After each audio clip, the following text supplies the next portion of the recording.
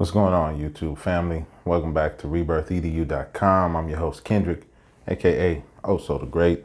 We're back with the next chapter in the Cashflow Quadrant, chapter 4. This one is called 3 Kinds of Business Systems. Initially, I kind of wanted to run through these chapters really quick, or maybe even skip over them, these next few chapters, and get straight to the action items. But you know what, man? I really don't want you guys to miss anything because they do drop gems in every last one of these chapters. And that's kind of the point of them writing it, so you don't miss out on any of this information.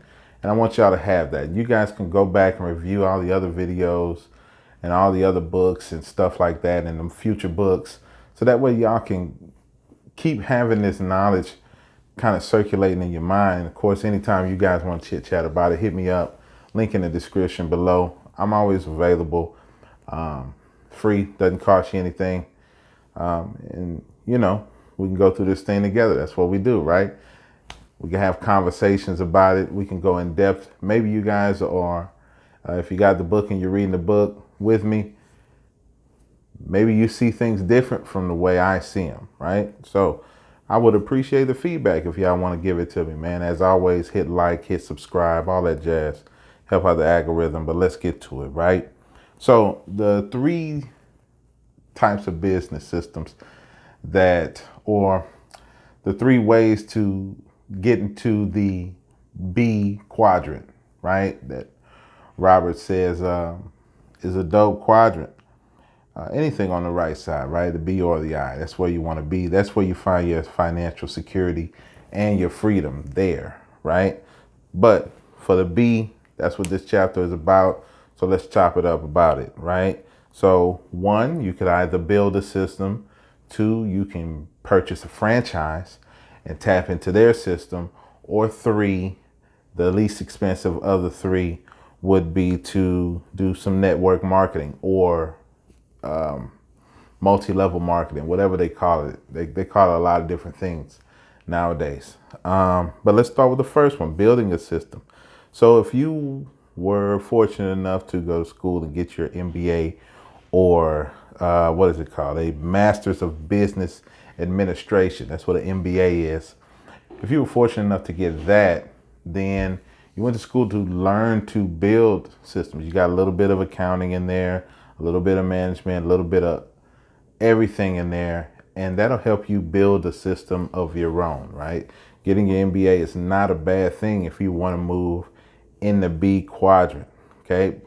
This part is extremely difficult, building a system from scratch, because you do have to know a good portion about everything. Now, if you're the type of person like in the S quadrant that is like, you know, you want things done your way, you don't really trust anybody, you're a perfectionist, building your own system is going to be really difficult for you, because it's not so much about you managing other people as it is you leading other people. Because generally, when you're building a system, you want to work with people that are specialists and they're smarter than you. And you want to be able to lead those people, right? It's not that you're better than any of them. If you're looking down on them, your system is probably going to fail. Nobody's going to want to work with you. As we talked about before, if you're going to move in the B category, you need to have the people skills and you have to have the skills with the numbers and the business aspect of it, right? So that's one way to do it, building your own system. If you're an S and you have your own business and you are the system, it might be easier for you to transition into building your own system around what you already do. You're just going to have to gain some certain skill sets in order to go with that. But that might be the best transition for you to do, especially if you have a product of your own and you want to market that product, right? You want to build off of that. So number 2, franchise. Well, this one's dope. Somebody already built a system like McDonald's or Burger King or any of these other fast food joints, or a place that you see over and over and over again, right? Buying into one of those is dope because they already have a system. And all you need to do is tap into the system and do exactly what they tell you to do. They have a proven system, you know, that works. You know, the issue you run into here is when you try to get into the system and you want to do things your own way.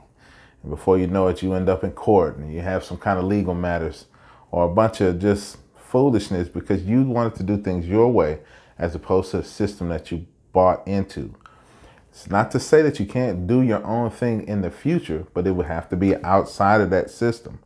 You can get into that system, learn all that you can learn. While you're learning, you'll be making some money by doing whatever the system is. At McDonald's, you're not going to go to McDonald's, do exactly what they tell you to do and not make money. That's not how McDonald's rolls, right? They're a proven system. So that's one of the easiest ways to get into it. But if you don't have the capital, it's going to be really hard to do it. Some of these require that you have a hot $1 million liquid in the bank. You know what I'm saying? Some of them are cheap, man. You might be able to get that franchise tag for $50K. Who knows? But in this regard, banks are more likely to lend you money if that's what you're looking for, because they're not necessarily lending money to you. They're lending money to the system, to the proven system. They're making that investment because they know there's pretty much a guaranteed return on that investment. Granted, you follow that system, okay? So the third and final one, this right here is the least expensive of them all, okay? It's network marketing. So generally, you can tap into a system for very, very little money, maybe a couple of $100 or something like that. Learn how to essentially run a business. The way technology is now, you get the accounting, you get the website, you get the help, you get everything you need in a nice little old tight package. And all you got to do is put in the work and follow the system, right? This is, now you've heard people call these things pyramid schemes and this, that, and the other. But you know, there's a lot of them out there that are legit, man. Better Business Bureau rated, been around 20, 30 years, and they're dope. So make sure you vet the ones that you're looking at. But this is a really good way to move into the B category with very little overhead and an opportunity to really learn. If you decide to go with network marketing, do it to learn. Remember, we talked about this. The rich don't work for money, right? If you decide to move into that, do it to learn so you can get the knowledge, right? That'll help move you into that B category, and you're going to start associating with yourself with like-minded people, and that's going to help further your education, help build your network, which is also your net worth, and make you a better B, right? And also help you out with the I category. It puts you on that whole right side, man. You know what I'm saying? That's where you want to be at, right? So those are the three kinds of business systems, or 3 ways to move into the B quadrant. You know, as always, if you got any questions, hit me up and we'll move on to the next one tomorrow, man. I'll holler at y'all.